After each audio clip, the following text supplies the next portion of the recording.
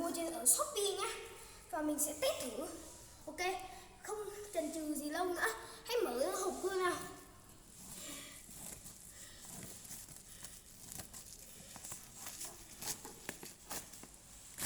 Cái hộp này được bọc bằng một lớp ni lông chống sốc, vận chuyển từ xa nên rất dễ bị va đập, nên người ta phải bọc bằng một lớp ni lông chống sốc. Đây, và đây chính là chiếc máy bay trực thăng của mình.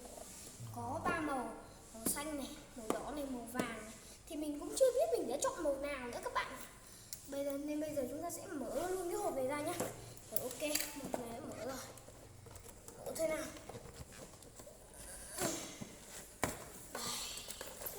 Đây là một cái hộp xốp đóng gói rất là cẩn thận. Wow, rất là xịn luôn. Đây là chiếc cánh quạt này, chiếc motor này, chiếc motor, 2 chiếc cánh quạt này. Ở sau đây là kiểu là cái động cơ trang trí các bạn. Ở dưới cầm đây thì chúng ta sẽ, bây giờ mình sẽ chuyển sang tay cầm điều khiển cho các bạn xem lại. Đây có tay cầm điều khiển này, tiến này, tiến là bay lên này, sang trái sang phải có thể đó. Ok, bây giờ mình sẽ ở phần này ra. Trong đây thì người ta tặng cho mình một cục pin nữa này. Đấy, các bạn thấy này, đây là một cục pin này. Đây là cái dây đây là gọi là dây cắm cục pin vào cho máy bay có thể chạy được. Mình sẽ cắm vào này. Rồi, bây giờ các bạn Mốc sẽ giới thiệu tất cả các cái vật dụng kèm theo máy bay đã. Rồi chúng ta sẽ làm một video máy bay bay trên trời sau nhá. Nào, các vật dụng kèm theo đâu rồi? Đây là các vật dụng kèm theo. Bạn Mốc giới thiệu đi, các vật dụng đấy là gì nào? Nhiều đồ quá. Sẽ gồm có một cái bánh này, lắp vào máy bay trực thăng này. Là mình sẽ lắp này. Bánh đấy là bánh trước hay là bánh sau đấy bạn Mốc? Đây là bánh sau.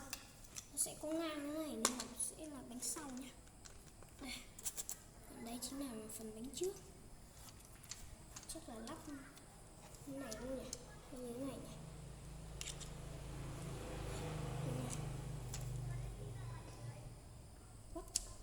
Mình cũng không hiểu này. À đây, hình như là lắp chụp xuống cái này này. Cẩn thận không gãy. Chắc là thế. Đây. Hình như là vậy.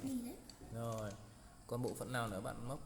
Đây là 3 cục pin, con thỏ nhỏ, lấy máy bay cánh dự phòng. À không, đây là cánh lắp ở đây chứ nhỉ? Mình nhầm đấy các bạn. Lắp cái cánh này vào đây. Cẩn thận gãy nha. Còn cái này nữa.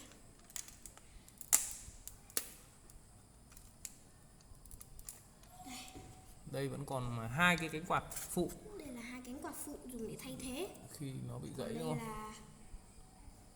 Là cái gì đây? Thế đó là cái mình gì? cũng không biết nữa. Thôi để đây nhá. Mình sẽ bóc vào 3 cục pin con thỏ nhỏ này ra. Cái tay cầm điều khiển này, mở lắp ra và chúng ta sẽ cho 3 cục pin này vào đây. Cẩn thận lắp ngược nha. Này các bạn lắp cho đúng nhé. Lắp không cẩn thận là máy bay không bay được đâu. Đây bạn Mốc. Đây đang còn một cục nữa. Rồi, lắp lại. Ok, để mình bây giờ mình sẽ bật công tắc on lên. On. Wow, hệ thống đèn chiếu sáng rất là sáng không? Đây. Bật công tắc lên. Đây. Cẩn thận cánh quạt nó quay rất nhanh đấy. Cẩn thận nó chém vào tay đấy. Rồi. Rồi, xong rồi. Bạn Mốc ơi, chào các bạn đi. Bạn Mốc chào đi. Xin chào các bạn. Hẹn gặp lại các bạn ở video lần sau. Rồi. Mình sẽ cho nó bay